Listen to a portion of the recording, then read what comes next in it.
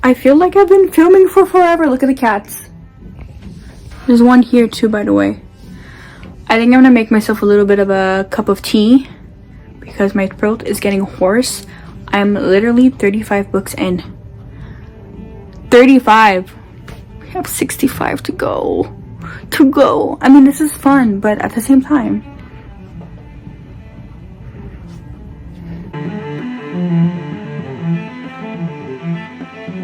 Hi, welcome back to my channel.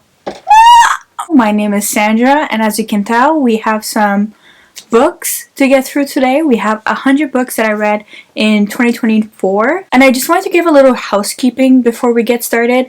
I am going to go through these books pretty quickly, so if you're going to comment and be like, oh my god, another booktuber that just consumes books without reading or analyzing or blah blah blah blah blah, that's not the case. I'm actually working through writing the reviews for these books, and believe it or not, it takes me like an hour to 3 hours to write these reviews, post them on my blog, Sandra's Shelf, and format everything, take the photos, and then also to basically I've been commonplacing in the last year, so I've been collecting quotes and passages and thinking more deeply about certain things. I'm not like the best book reviewer, but I think it's very important to review what you're reading, not just online or not just with brief summaries or whatnot. And it's good to sit with books and to think about them deeply. So yeah, I read 100 books. I could have easily read 150 books this year, and I could easily read every single day all day long, but obviously I have other goals such as writing and having a life, which I don't have, so that's why I got to read as much. My cats will come pop in and out. I will try to go through these books in the order I've read them from the start of the year to the end of the year. I also want to briefly mention that I'm very disappointed in myself because I have not read a singular French book in 2024, besides the fact that I read one pamphlet in French and I counted it as a book. So yeah, you'll see that some of it is iffy, but I think I read so many big books that you'll forgive me for it. So without further ado, let's get started before my cat knocks everything down, okay? Because this is balancing on my bed and I don't know how long this will be balanced for. So the first book I read is this book. It's called The Strength in Our Scars by Bianca Sparacino. It was good. It's one of those fragmented poetry, modern poetry books that are meant to inspire you to keep living your life and to change your life and whatnot. I do think that this one was one of the better ones that I picked up. I had started reading these kinds of books when I was hopeless back in 2023, 2024. I don't think it really gave me much. I will say you might want to read one passage in the morning just to start your day on the right foot. And yeah, it was okay. It wasn't anything spectacular, basically. Then I read my first Ottessa Moshfegh. I read My Year of Rest and Relaxation, and I really thoroughly enjoyed this. I really vibe with Ottessa's writing style and the way she kind of clogs the narrative to make you feel something, even when she's talking about a dissociative character. I definitely want to read everything she writes after reading this one. Then I also read Iron Flame by Rebecca Yarros. This is the sequel to Fort Wing. I think that I preferred Fort Wing. I just am a very curious person and I like to be in the discussion in the popular books of our time and of our years. So I really wanted to see if the hype would stand with this one. I think it kind of died down for me personally, but I will say it made me want to go back into fantasy books, and it made me want to go pick up those big fantasy books that I grew up with, so Game of Thrones and the Aragon series. So for that, I will say that it did help me reignite that kind of love. I think you'll realize when we go through these books that I read a little bit of everything, and I do have moments where I'm hyper focused on a certain genre or topic, so that will be evident as we go along. Continuing, I read Stoner by John Williams, which is a classic, and I really did enjoy this. This was a great book to read if you are a literature student, or if you love literature and you want to go study literature. You definitely need to pick Stoner up, and I am so glad I finally read it this year. Then I read Tom Felton's memoir, Beyond the Wand, and it's the magic and mayhem of growing up in Wizard. And honestly, I really did enjoy this. I felt like Tom Felton really showed his deep love and appreciation for all the cast and everything that Harry Potter brought to him. And obviously, he goes through some of his own struggles with addiction. And that section is very minimal compared to the Harry Potter section. And besides all of these Harry Potter anecdotes, I really love the way Tom Felton talks about the role that his family as well as his mother played in his upbringing and his grounding.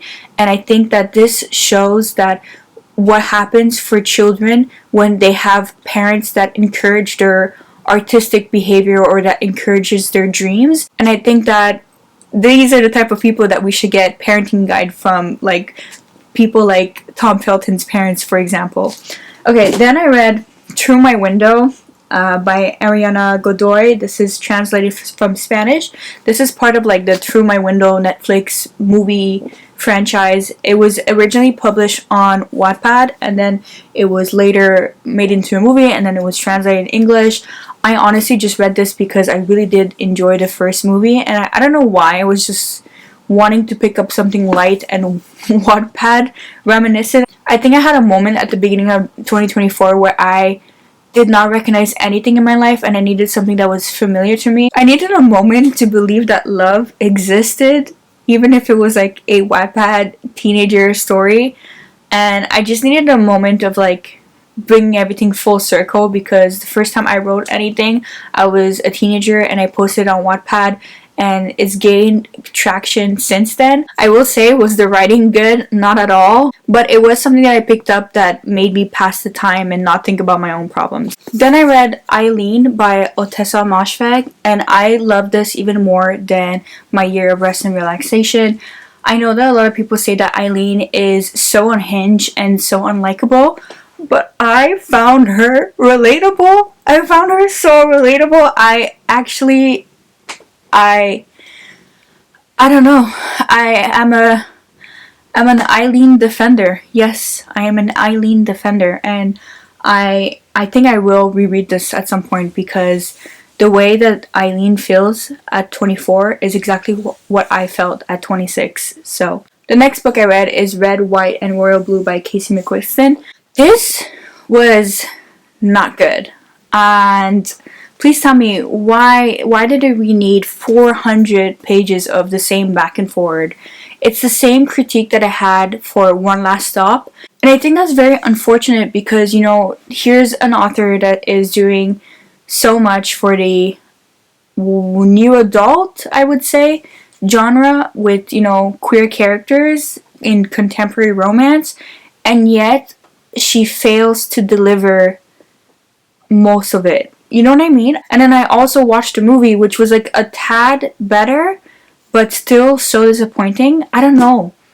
It's just, it sucks that I feel this way, and it's like written for a YA crowd, but it's very much new adult, you know? Like, we're very much in the thick of like sexual relationships and early 20s. So I'm very confused and conflicted. It's like she wants to write for everybody, and then what ends up happening is when you aimed for that, you will get a large crowd and a large readership, but you will like fail to retain some of the people, and I guess I'm one of them.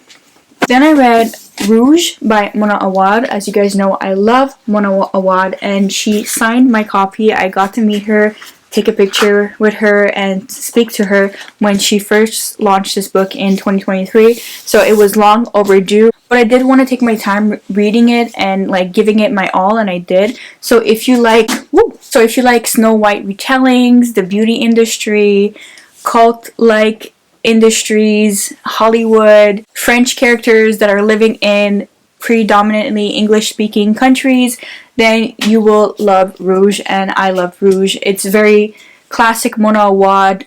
You don't know what the hell is going on. Is this magical realism? Is this realism? Is this a retelling? Is this a real cult? You are just confused in the mix, but you're going to love that confusion. Then I read this book called The Joy of Pain, Schadenfreude and the Dark Side of Human Nature by Richard H. Smith. I actually did write a full review on this one because I found a lot of it very interesting. This is a book that had been on my shelf for maybe half a decade, and every year I was like, I'm going to read this, and finally this year I did. So basically what this book is about the emotion of Schadenfreude, and this is where when we feel joy at someone's downfall, so like for example sometimes it's our enemy or our own family member, and it's like a shameful type of joy, and it comes from the German word Schadenfreude. Basically he explains why we experience this emotion, because we are a society that loves public shaming, a society that loves to like, feel like we, can point a finger and be like, gotcha. And he just goes deep into why we experience all these feelings. And I do recommend it. Then I read The Obesity Code by Jason Fung because I was watching a lot of his lectures on fasting. So for those of you who don't know, I had lost a lot of weight due to fasting because for a while my hormones and everything, my gut wasn't working, so I had to like fast and eat healthier, and it did work. And in 2023 I felt really healthy and I felt really light, and I felt like my body was getting back to what it was supposed to be. And then in 2024 that changed when I was employed as a flight attendant for a while, and I was not sleeping, I was not eating right, I was not fasting, I was basically just not a human anymore. I was like not sleeping for days at a time, and yeah, everything just went to shit. And I wanted to read this to remind myself, I can fix things and I can fast again and I can be healthy again. But as some of you might know, my health really declined, not just physically but emotionally and mentally as well in 2024. So yeah, I think I've just been using the rest of the year to get back to that place where I was before, at a healthier, balanced place. I think I am feeling better now and I'm seeing results now in 2025. It's just a matter of being consistent and of sticking to some kinds of routines so that I don't miss out on sleep or don't miss out on like proper nutrition and stuff. So yeah, I really do like this one. If you like fasting and if you like the science of intermittent fasting, you're going to like this one. Then I read Bride by Ali Hazelwood. This is the first Ali Hazelwood book that I read. I surprisingly really enjoyed this. This was so fun. I remember I was working an overnight flight, and I was being deadheaded to another flight, and I just remember reading this on my e-reader and just having a grand old time. It was so entertaining that like it got to keep me awake. And so this is like a alpha werewolf with like a female vampire that like have to get married together because of an alliance that their families are forming. And obviously the werewolves and the vampires, they absolutely hate each other. Basically, if you grew up loving Twilight, this is not the same thing, but it's in the same vein, so you might enjoy this.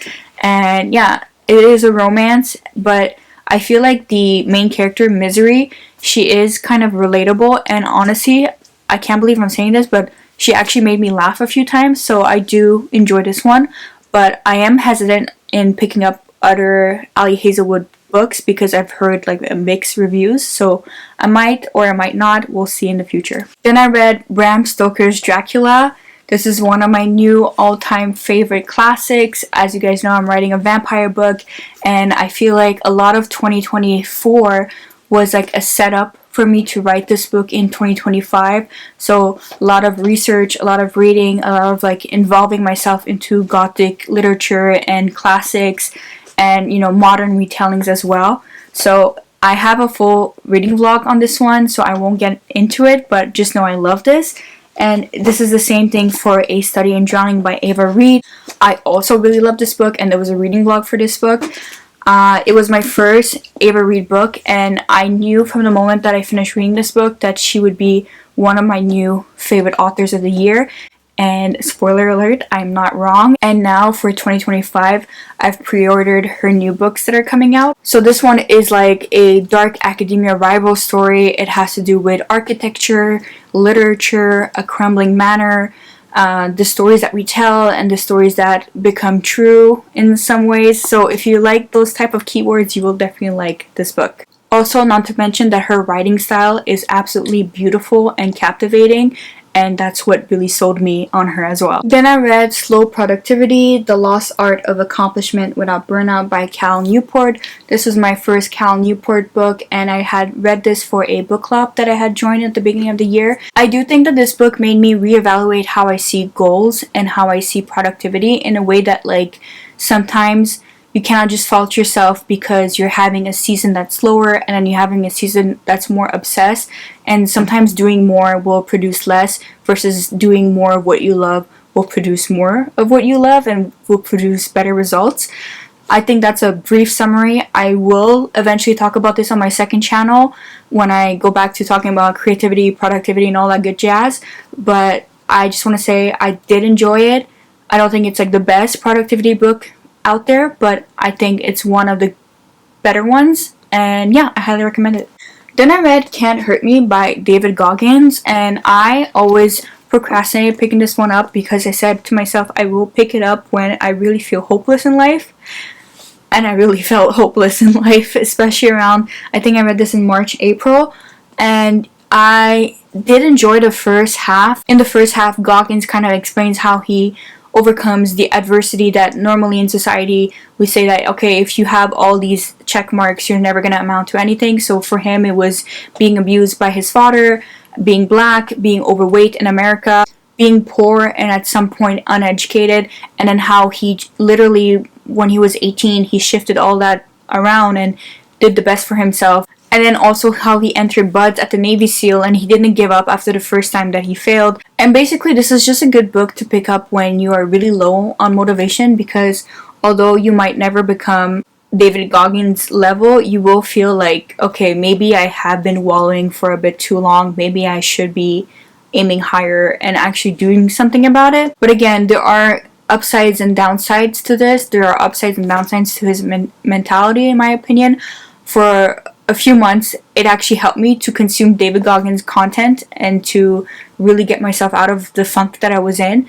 But now that like I'm at a balanced place, it's not that I don't respect David Goggins, it's that sometimes people are just putting all their eggs in a certain kind of basket, and I think he's kind of like that type of person. But again, you can have your own interpretation and your own, mentality, and I think that's the thing. You should have your own mentality on life and how you do life and how you view your life and how you go through your life. But I do think that this was a good memoir and good on him, and yeah, he's intense though. The next book is a very special book, and it's a book near and dear to my heart, and it's a biography. It's a duo biography, and it's Romantic Outlaws by Charlotte Gordon, and it's the extraordinary lives of Mary Wollstonecraft and Mary Shelley. I actually have a hard time talking about this book without like tearing up immediately, and as you can tell, I loved it. And I finished reading this around May time, which is my birthday month, and this made me feel less lonely in life.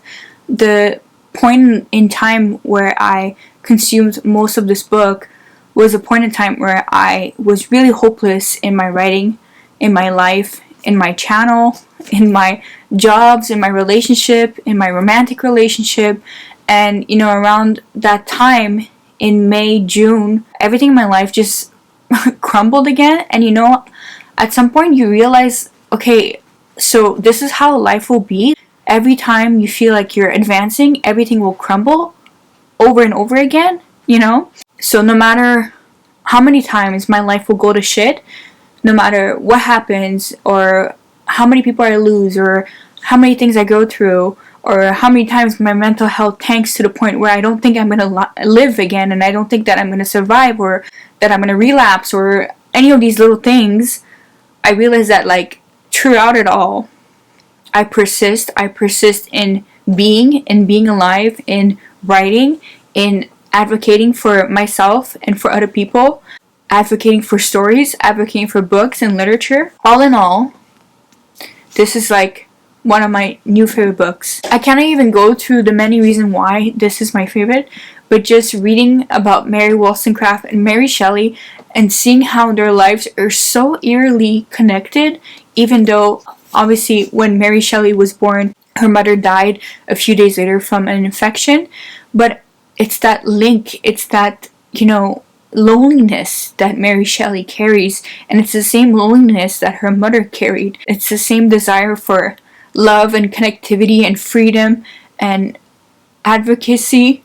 And yeah, I'm just gonna stop talking about this because I cannot get through it. But I did film at some point a little bit of a vlog around the May time, if you want to see. And there was a moment where obviously you know that Mary Shelley is eventually gonna die, and when she finally dies, because obviously you see Wollstonecraft dying first. When Mary Shelley finally dies, I was beyond devastated.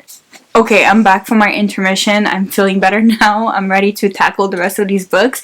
I just realized like we're hardly 20 books in and we have 80 books to go. So I hope that you are settled in somewhere, having a cup of tea or a cup of coffee or a shot of vodka, whatever it is that you decide to have, and are enjoying yourselves, because I love watching what people have read in a year, and I love like seeing the connections between the books that they've read.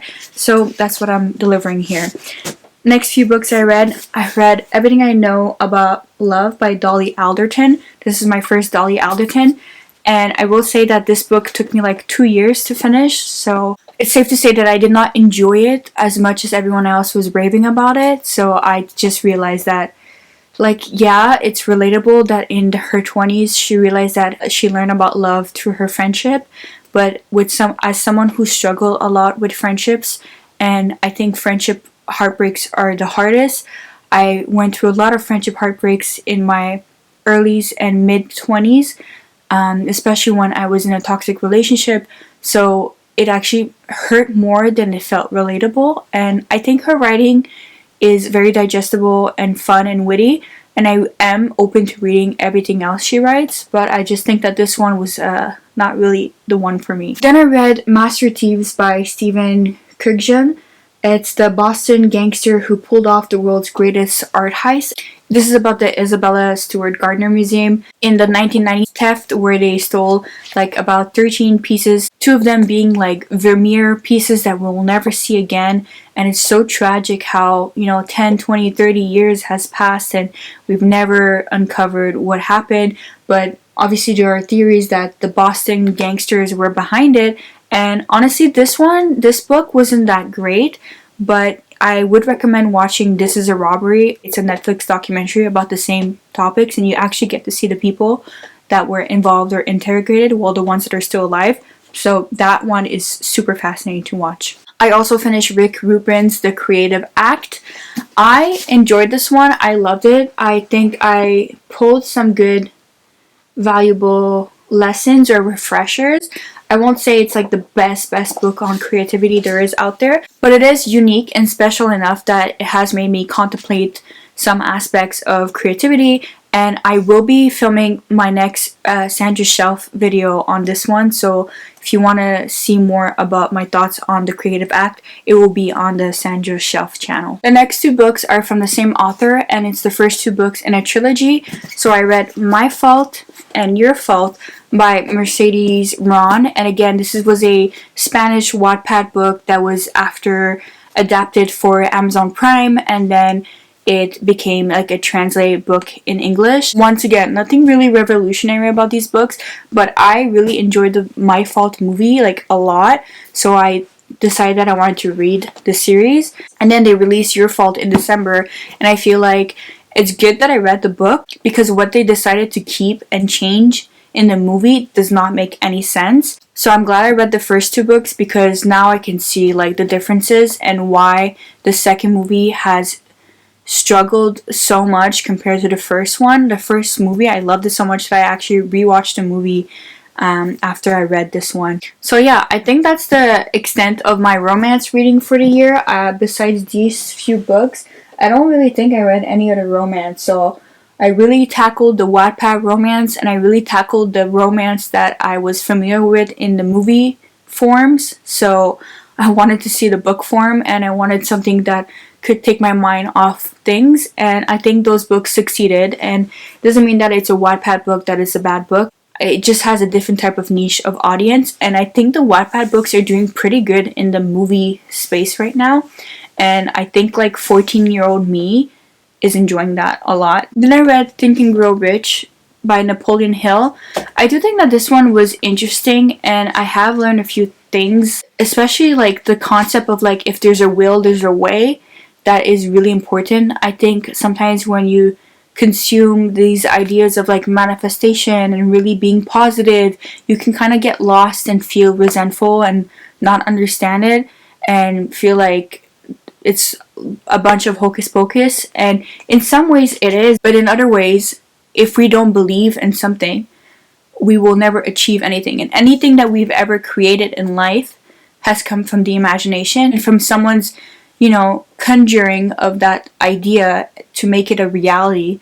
So it's very interesting because the more you read about these types of works and texts that are like from that new age genre, the more you realize that there is some validity to it, but it's just lost in the hellscape that is content creation nowadays. Then I also read The 12-Week Year by Brian P. Moran, and this is again in the same vein of like recognizing that we have seasons and you can focus on 3 to 4 things per season to get ahead in life.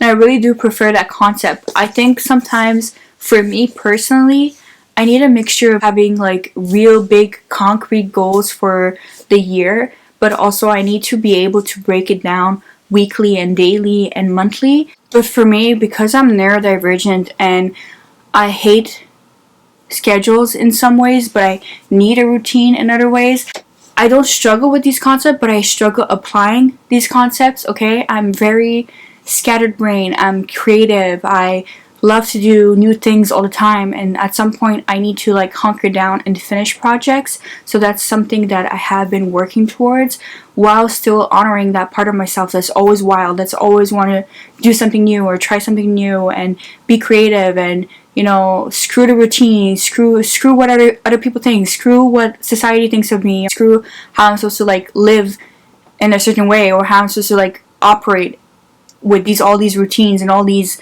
expectations, you know what I mean? So yeah, I can understand the value, but I also need to adapt it to my own self, if that makes sense. Okay, so the next few books are Riviera focused books, and since I've spoken at length on my channel on these books while I was reading them and working on my Riviera book, I'm just gonna go quickly through them. So the first book I read is In Montmartre, Picasso, Matisse, and the Birth of Modernist Art by Sue Rowe. Highly enjoyed this one. If you like art, if you like the modernist art movement, obviously with Picasso, Matisse, and even other people like Braque and Modigliani and Gertrude Stein, you will love this book. Then I read Chanel's Riviera, Glamour, Decadence, and Survival in Peace and War in 1930-1944 by Anne de Courcy. And this is basically how she had to close down her shop in the Riviera during the Second World War. Then you also have appearances of Somerset Maugham, you have Colette, you have Picasso, you have the Duke and Duchess of Windsor, you have all these reoccurring figures from the Riviera, and that's why I read this one, obviously. Then I read A Perfect Vintage by Chelsea Fagan. This is a novel set in the French Riviera, and it's basically a romance, and this was recently self-published, and I follow her online because she runs that Popular Money channel, but I'm blanking on the name right now. This one follows an American child-free woman. She works as a designer and interior consultant for these chateaux and villas in the south of France or in France. So she's employed by this really rich family, and then there's this like budding romance with the youngest boy of that family. So it's like a reverse Call Me By Your Name, but everyone's legal basically. So I highly enjoyed this one. I don't think it's a new favorite, but I do think it's a good French Riviera fiction book. Then I read Walk Through Walls, a memoir by Marina Abramovich. This one was fantastic and amazing, and I highly recommend it. Then I read The Big Leap by Gay Hendricks, and this is a great book, a short book about like how we don't think that we can reach for higher when we achieve something good in life. And I think this is something to read when you think like you have it good and you are happy but something is missing, or you can do better with yourself. I think this one is a great one to pick up at that time. Then I also read The Pleasure Trap by John McDougall. and it says mastering the hidden force that undermines health and happiness. So he's basically explaining how in our modern society, a lot of what we consume and do is part of a pleasure trap in which we consume things and we engage in bad habits such as smoking, caffeine, unhealthy processed foods, all these little things that, actually does not actually bring us pleasure or fulfillment. And it's a bit extreme in its ways, but back in 2023, I was so for that philosophy, so much so that I actually attempted and succeeded a 20-day water fast in which all I did was fasting for 20 days, drinking water and having some magnesium. And yeah, I lost a lot of weight and I cured a lot of my depression. But it's not something I want to talk about here. I will talk about it on my second channel. But again, I'm human. I'm in a human body. I want to have human experiences. And I'm already alienated as it is. I fear that if I go down this like super healthy health path, I'll never like recover. And I'll never like socially be a social human ever again. So I think that creative people are really good in taking these like extreme stances.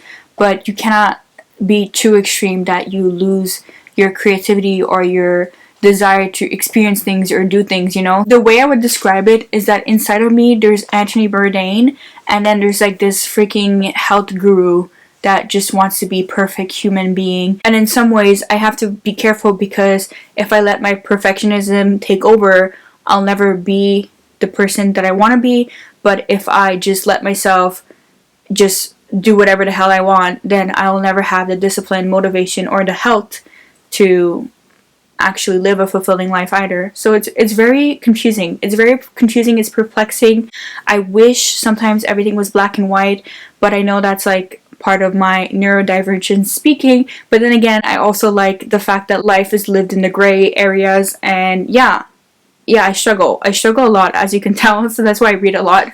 The sun has graced us with its presence finally, so now I have to switch the camera. So I hope you enjoyed this new angle unlocked. As you can tell, there's a lot of mess going around here, so just ignore that. Then I read Anita de Monte Laughs Last by Xochitl Gonzalez. I really loved this book. I really enjoyed it. It's basically a book about art and artists in the art world. So we follow two women 10 years apart, and we follow how men and society and the art world treats them in regards to their race and their gender. And I think this was an amazing exploration. This is the first book I read by this author, and I bought her other book called Olga Dies Dreaming because I definitely want to read more by her. So if you like feminist art and feminist fictional women characters that are artists, you will definitely love this one. The next book that I read for the Inspired Collective Book Club is called The Third Perspective, Brave Expression in the Age of Intolerance by Africa Book. I think this one might be hard for people to pick up because you automatically assume that someone's just taking a neutral stance, which is not the case that she's forming. She's mostly trying to make us understand we have our own personal biases, and that like we are living in a culture where less and less we are able to talk to one another. But it's mostly about how self-sabotage and self-censorship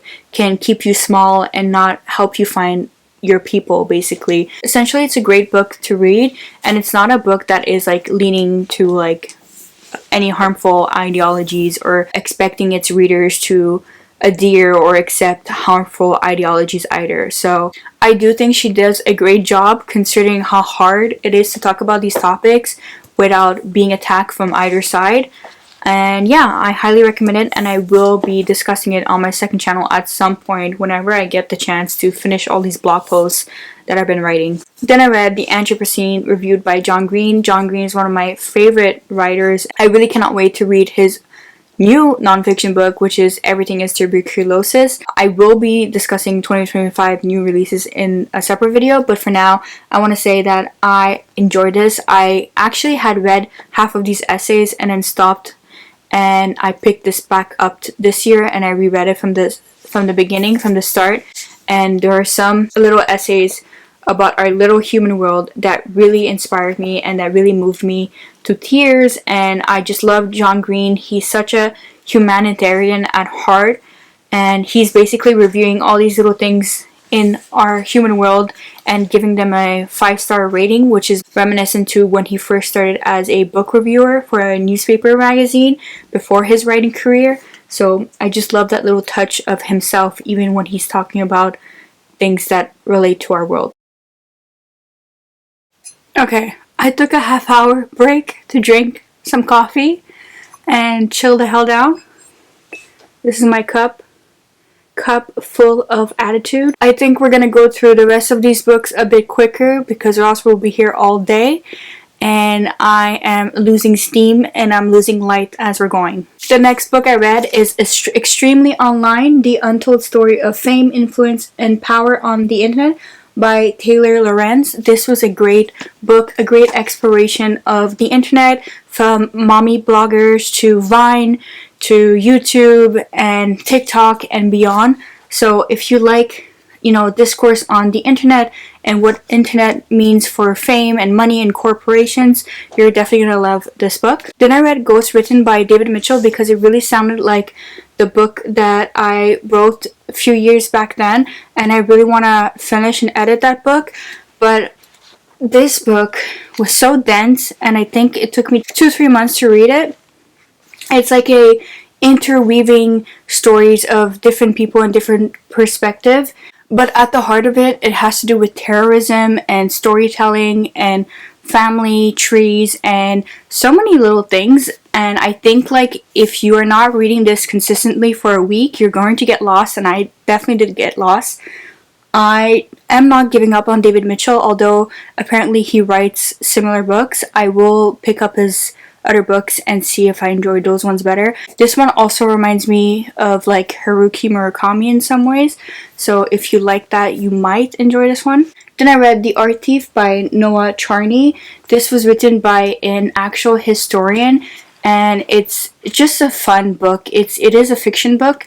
I know I read the year before I read The Art Thief, which was non-fiction that was a book about Bright Riser, a man who looted the most amount of art pieces and just kept them in his mom's basement for over 2 decades, and he looted all around Europe, and the story itself was insane, and I love that nonfiction.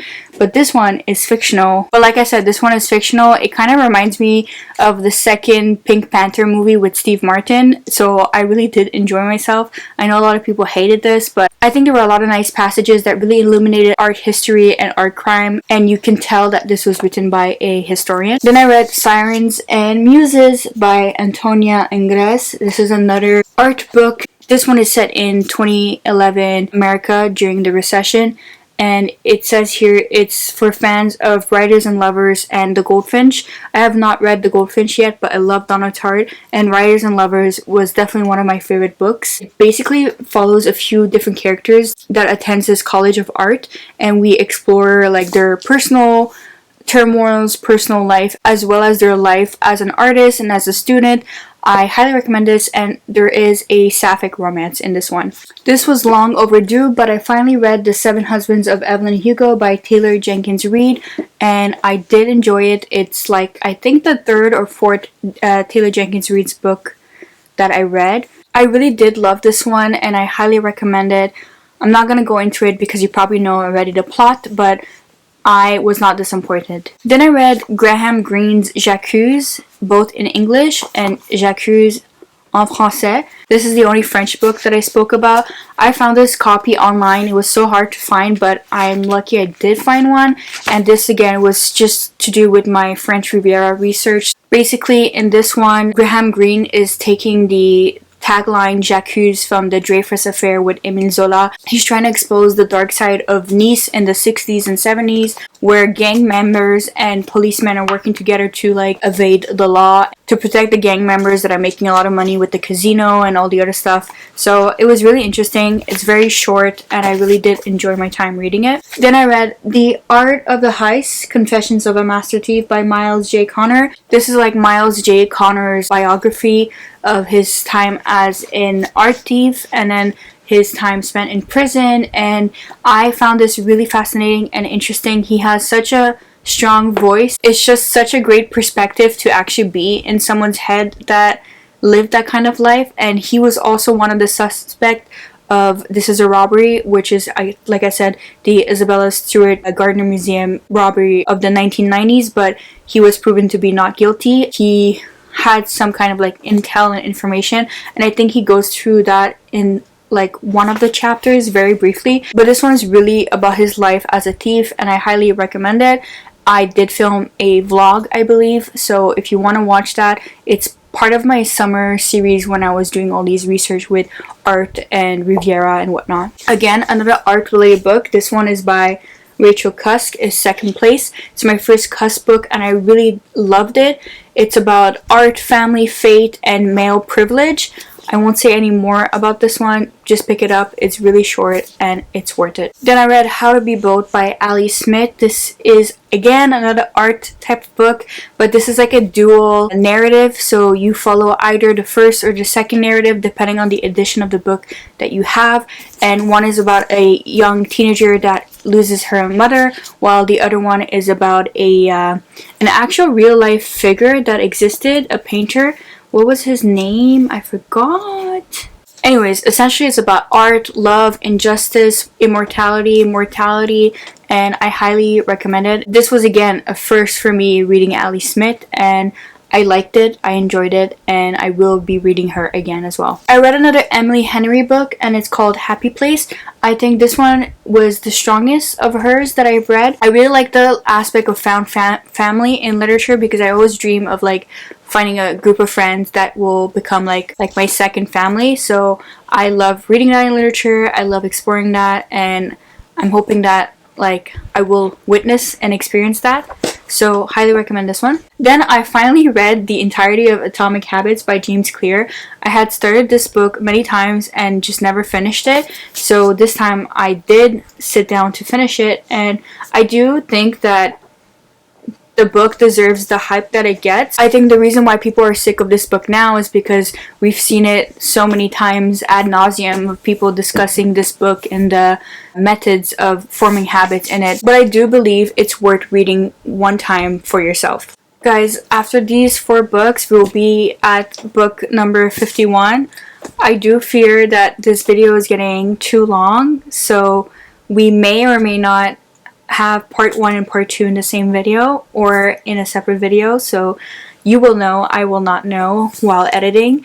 But I think my throat is giving out, I think my energy is waning, and I do believe that I want to do some form of justice to the books that I've read, even if I'm not like giving a full review or a full summary or synopsis. I still want to give the same amount of time and attention to the second half of books than I did the first half, so we might be finishing this book off with the last 4 books. So I also read Riviera Stories, Just Below the Surface by Deborah Moffat.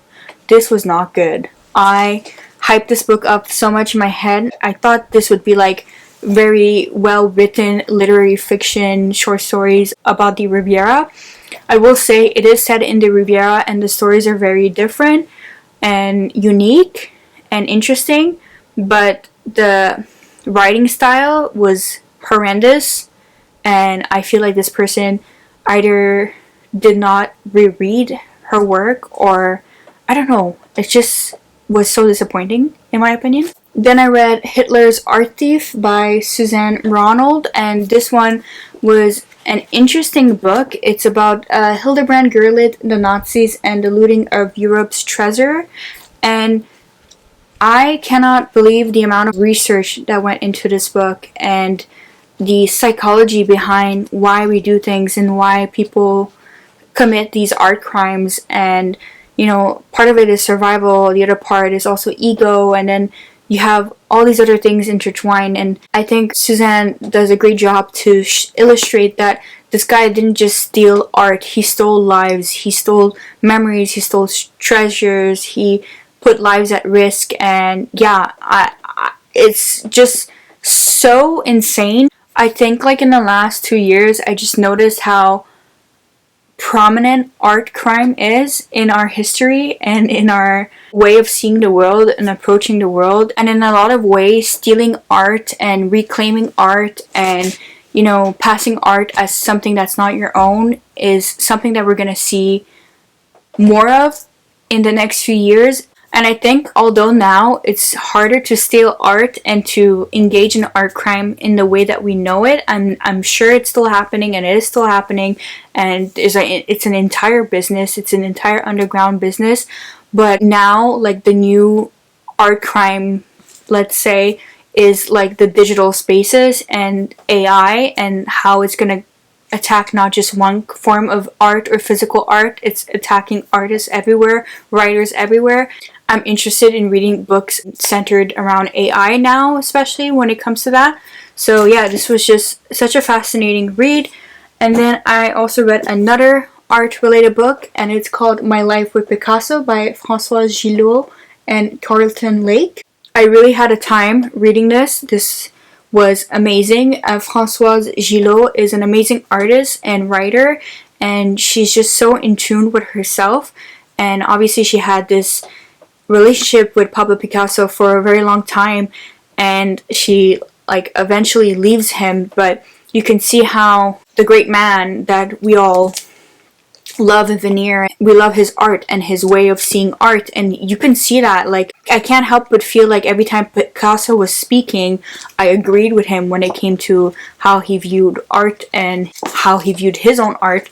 But as a person, he was horrible. He was like a monster. And it's just, it comes to that discussion that has been going viral online in the last year about art monsters and what we do with people that are horrible people but produce amazing literature. And I think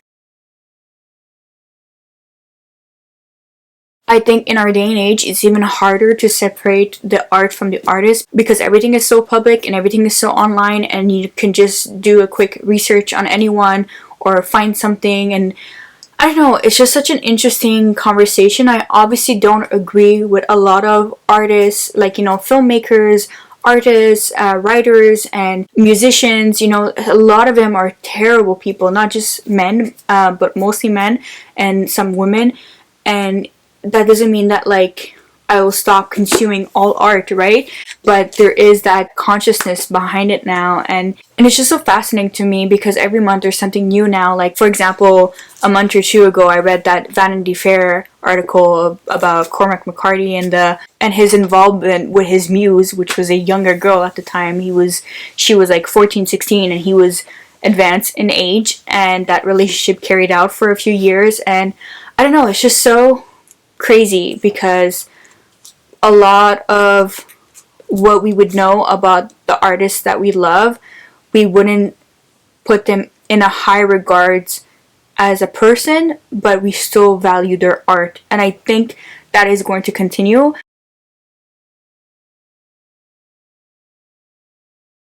And honestly, I do want to explore this further. I might make a video on it and, actually have some well-formulated and concise thoughts and opinions. And I think the books that I read, like Anita de Monte and Sirens and Muses, does actually a good job at highlighting that. A lot of the artists that we elevate and that we love, these male artist figures, are very horrible, and that sometimes they even ruin their reputation or the career of the women around them, or even stole ideas. That one is the worst one, when they steal the ideas from women.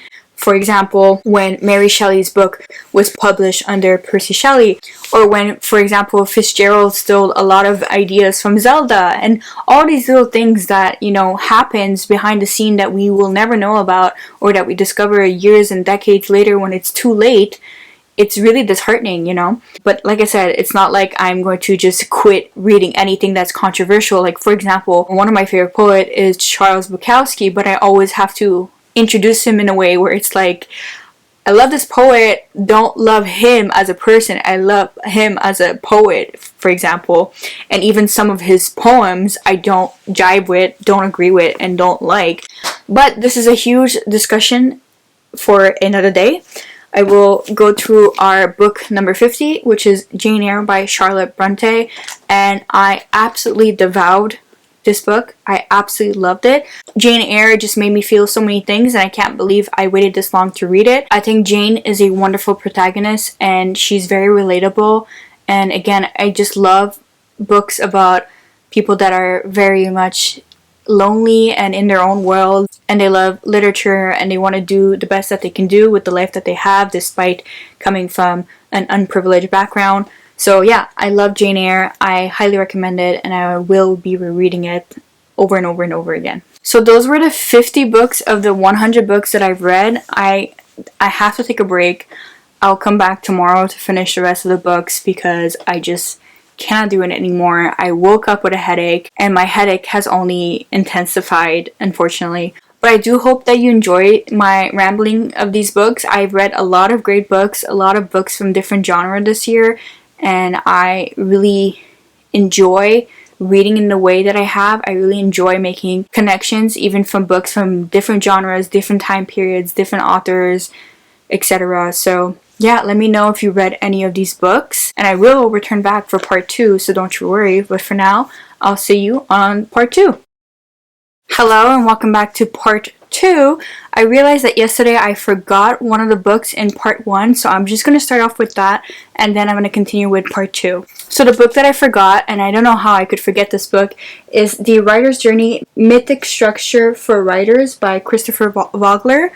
This book was fantastic. Every writer, screenwriter needs to read this. This is largely inspired by The Hero's Journey from Joseph Campbell, I believe, and I have yet to read that one, and that's something that I want to read in 2025. In this one, Vogler explains the typical writer's journey, or as we know it, the hero's journey in every story that we watch from Hollywood in the past century. So he actually uses a lot of examples from movies, but it works so well even for writers. You don't necessarily have to be a screenwriter to adapt the mythic structure. And so besides the mythic structure and how to craft a story and how to make your hero go to the journey from the new world to the other world, he also goes through the typical archetypes that we see in stories. So I highly recommend this, and if you are a writer, if you love storytelling, or if you love to see the technical aspects of story, definitely pick this one up. Then I read Just Kids by Patti Smith. This is my first Patti Smith.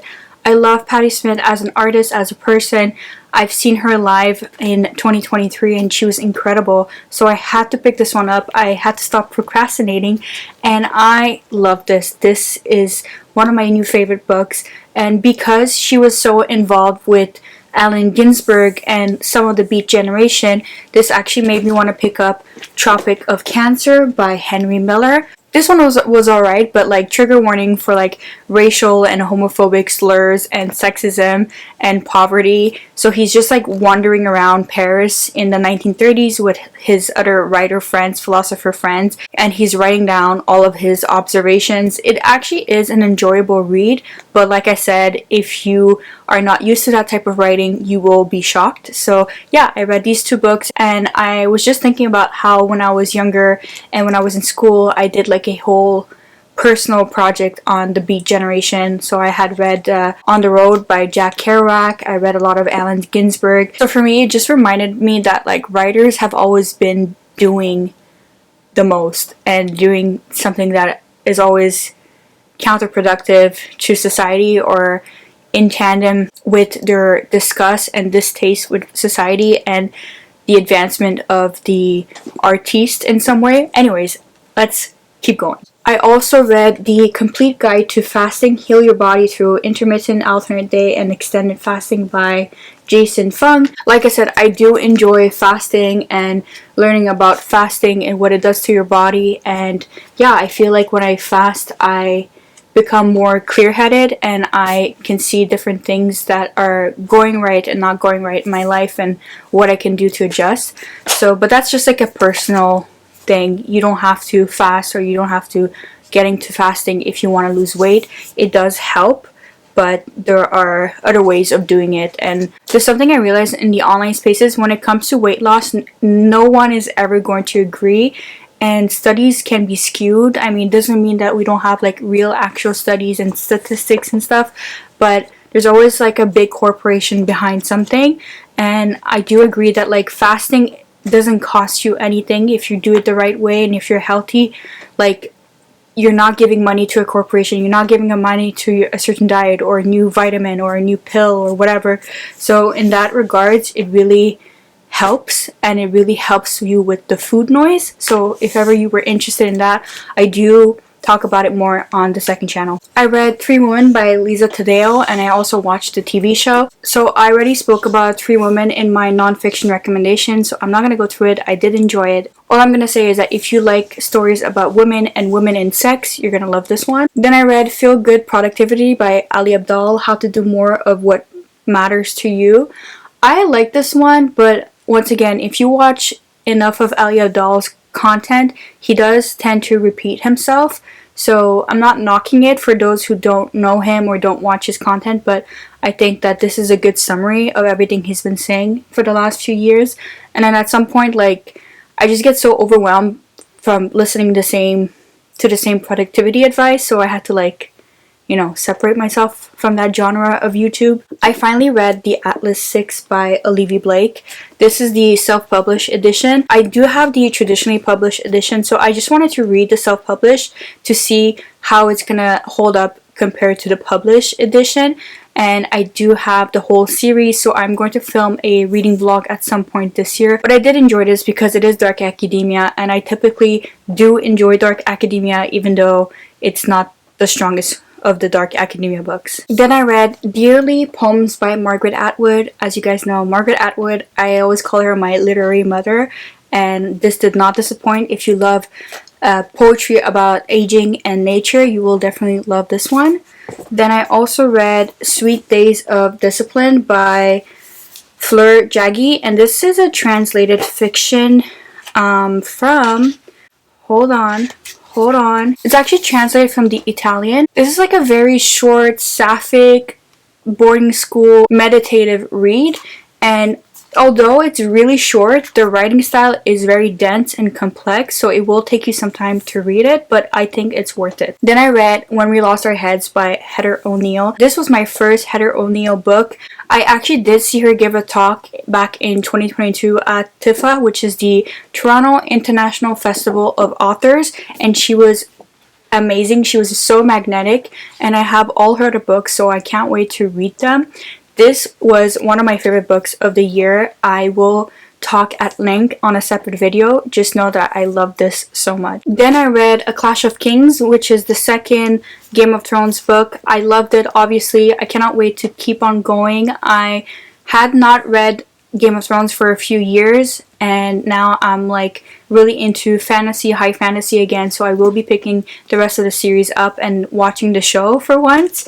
I also read The Winter Vault by Anne Michaels in preparation to see her at the 2024 TIFA, and I got to see her, meet her. She signed my books, and she was so lovely. She actually like made me tear up. If you want to know more about my experience at TIFA and more about this book, you can watch the vlog that I made a few months ago. I'll link it down below. I'm just so in awe by her writing. She has such beautiful prose and historical fiction. You can read her books over and over again because you'll always find something new to latch onto.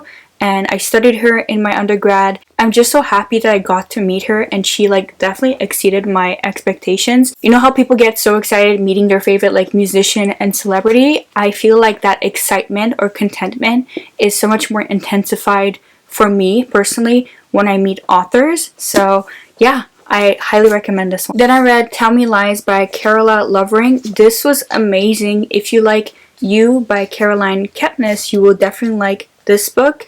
It's not the same, but it's very similar in some ways, that we have this male main character that is very secretive and very destructive force and ruins people's lives, especially women.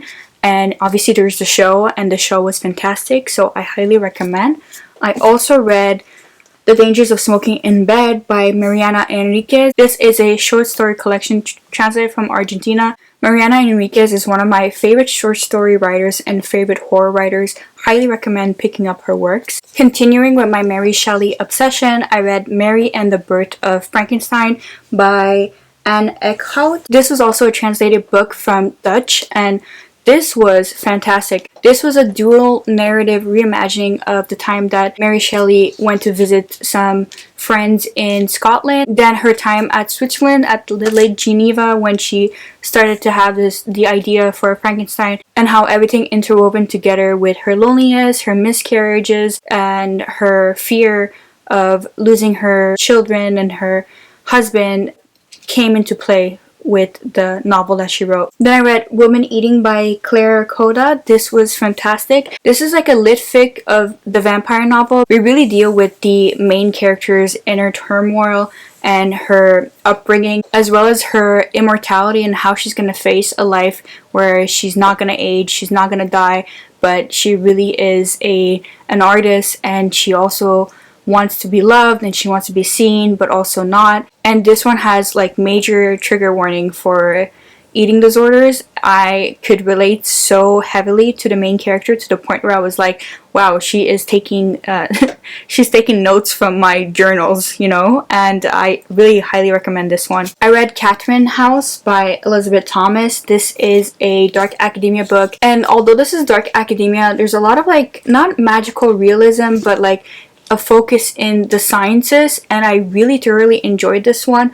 I actually picked this one up a few years back in I think in 2022, because I was developing my own dark academia novel, and I had realized that there are a lot of similarities with this book and the book that I wanted to write. But after reading it this year, I'm happy to say that no matter how similar you might think your book is to another book, as long as you're not like copying and you had your idea first before reading something, it's never going to be the same book, and it's always going to be your own interpretation and your own twists and ideas of a certain genre. So yeah, I really enjoyed this one. So the next book that I read for a book club is called Choke Point Capitalism: How Big Tech and Big Content Captured Creative Labor Markets and How We'll Win Them Back by Rebecca Giblin and Corey Doctorow. You will find this book fascinating and demoralizing at once, but I think that the authors make a good job to present solution and community-based resolution for us to support artists in this new age of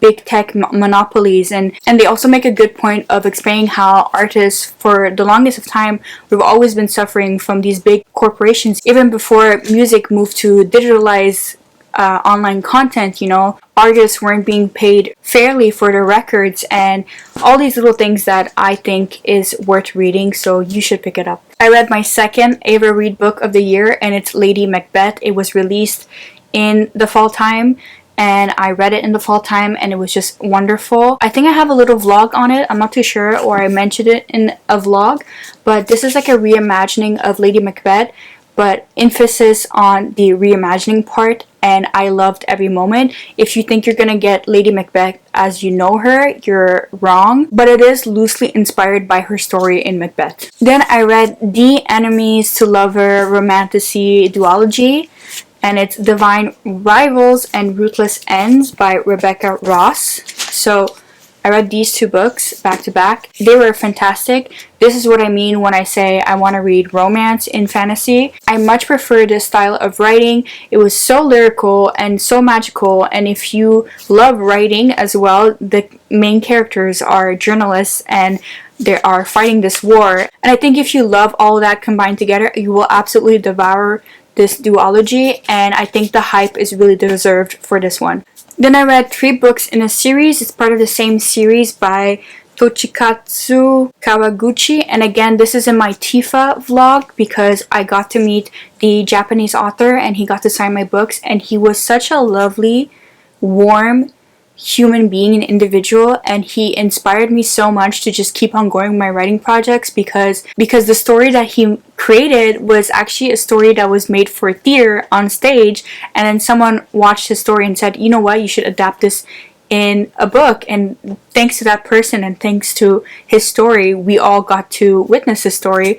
And it's obviously the Before the Coffee Gets Cold like series. So we had the first one, and then the second one is Before the Coffee Gets Cold, Tales from the Cafe, and then you have Before Your Memory Fades. So they kind of read like short stories, but they're all part of the same world, so it makes sense to read them in order.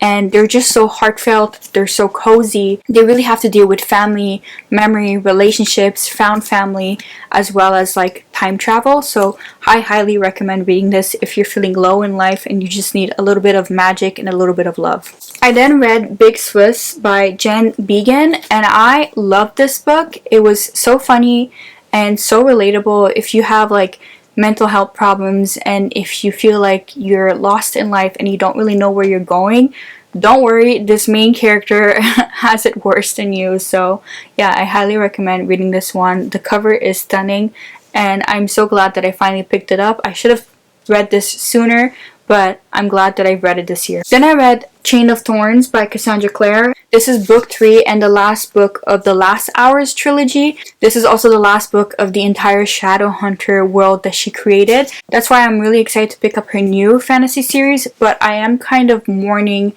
this era of my life. These are the books that carried me through for the last decade, and I really love the world, and every time she introduced a new world, part of the world, and new characters, part of the world, I loved every single story. And in this Last Hour series, without spoiler, we have a main character called Cordelia, and for the first time I've seen a Persian character in fantasy, and it was just so wonderful to see that, and it was so wonderful to thank Cassandra Clare for adding her in this narrative and adding some even Farsi words, obviously written in English, in the narrative. So, and I know that Tehran Mafi also did this with her new fantasy series, so I'm also excited to read that. But it was just so nice to see Cassandra Clare add that representation to her entire Shadowhunter world. And now, just for the fact that she included that in her books, I think that a lot of readerships will be, interested in learning like the story of Layla and Majnun and all these other stories that are part of the Persian literature canon.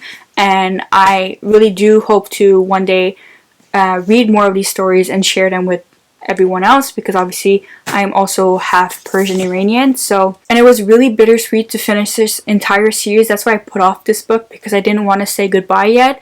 But yeah, after 20 plus books, we're done with the Shadowhunters, and I can't believe it, but at least you can always reread your favorite books, right? Then I read this book. It's called A Dark and Drowning Tide by Alison Saft. This was highly recommended by Ava Reed, so I thought I would love it. It has to do with dark academia, rivals, enemies through lovers, and also a sapphic romance that like is partly fae and magical, but there's something about the writing style that makes it so convoluted, and at times I'm not too sure what's happening. So unfortunately, this one was not a new favorite, but at times the writing style and the characterization were well done. This also kind of reminded me of the Atlas 6 from minus having everyone's perspective. Then I read another short book called Paradise Rock by Jenny Haval. This again is translated fiction.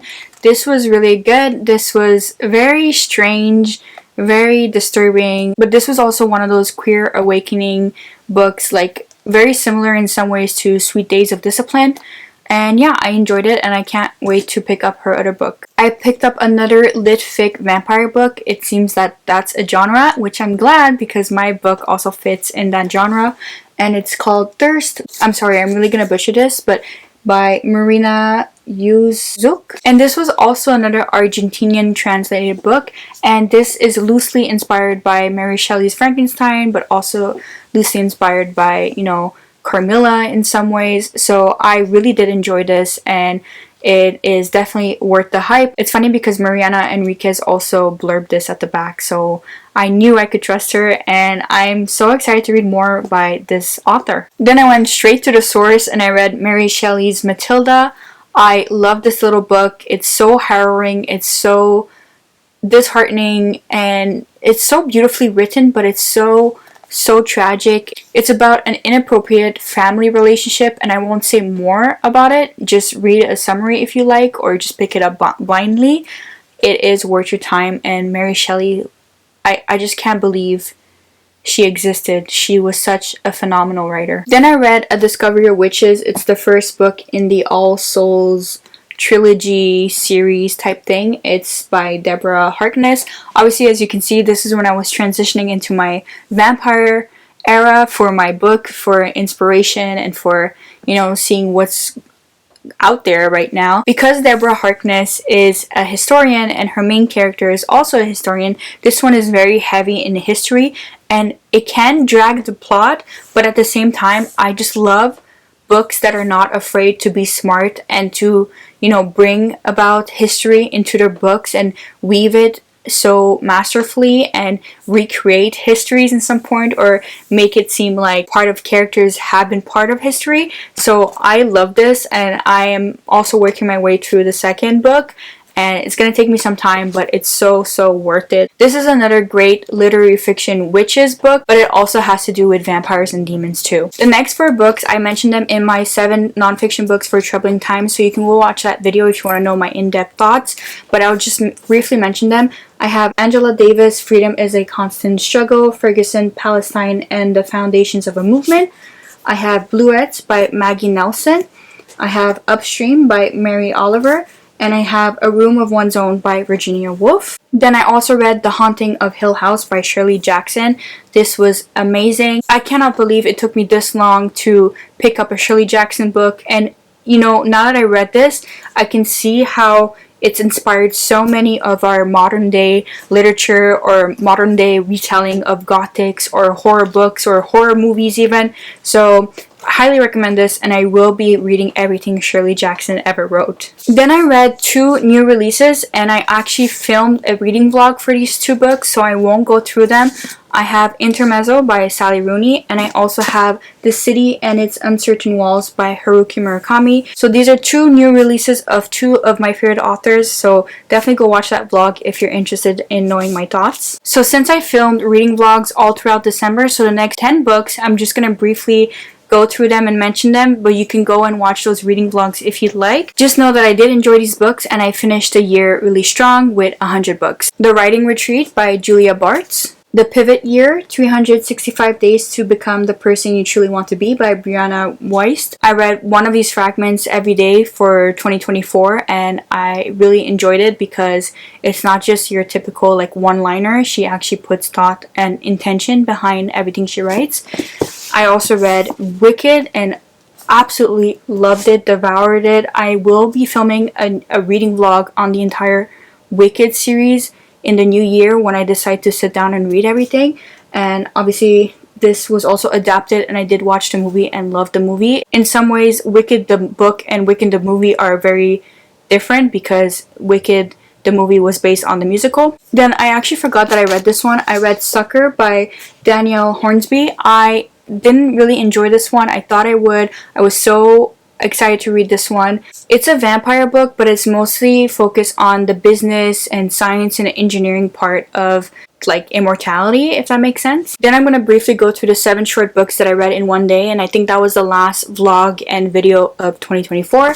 I have Mr. Salary by Sally Rooney, Fox 8 by George Saunders, As a Man Thinketh by James Allen, A Grief Observed by C.S. Lewis, Small Things Like These by Claire Keegan, In the Margins by Elena Ferrante, and Heartstopper Volume 5 by Alice Oseman. Like I said, if you want to see me read and discuss these books, you can go and watch that vlog. And I also read 2 other graphic novel books in December because I had been meaning to read these. So one of them is from the Saga series, so it's volume 11. I love Saga, and I also filmed this in one of my reading vlogs, and it's by Brian K. Vaughan and Fiona Staples. Do me a favor and go read this graphic novel series. It's so fantastic. And then I also read The Dark by Lemony Snicket and illustrated by John Clayson. This was just such a cute and expressive graphic novel, and I love The Dark, so for me it felt like a comfort read. I highly recommend this if you like feel-good children graphic novel books. So we made it. We made it at the same time as the sun finally graces its presence in this video. I don't know what that means. Does that mean anything? We don't know. Who knows? How do we know? So I think I am losing my voice again. I think that I cannot formulate another thought that will come out of my mouth that doesn't sound like word vomit verbiage. Okay? I need to go and write something instead. I need to go and be mute for the next few hours. Some of you might not know, but I'm mostly nonverbal, so for me to come sit down and film for this long is unheard of. But yeah, irregardless, I hope you enjoyed this video. I hope you've added some new good books to your never-ending reading list. You're welcome. I know I am the same way, and I think you guys should not go and glance at my Goodreads page, okay? Because it's actually embarrassing that someone wants to read 20,000 books. But yeah, I don't know. I think like the more that I age, the more I'm becoming Umberto Eco. So I wouldn't be surprised by the time I pass away, I have like a collection of like 50,000 books and I only read like 10,000 of them. But don't hold me to that, okay? It's time for me to write my books in 2025. And let me know what you're reading. What are your reading goals for 2025? What are some of the best books you read in 2024 or some of the best books you read in general? I would love to know your thoughts. Thank you so much for sitting through this video. If you have watched this video the whole way through, let's see, what are we going to comment? Because I'm writing my vampire book, put a vampire emoji. Could be vampire, could be red heart, could be bloodstain emoji. Anything that's gothic or vampire related, just drop that emoji and I'll know that you watched the whole thing, and I will graciously thank you in the comments. So thank you so much for watching, and I'll see you on the next bookish or writing video. Bye!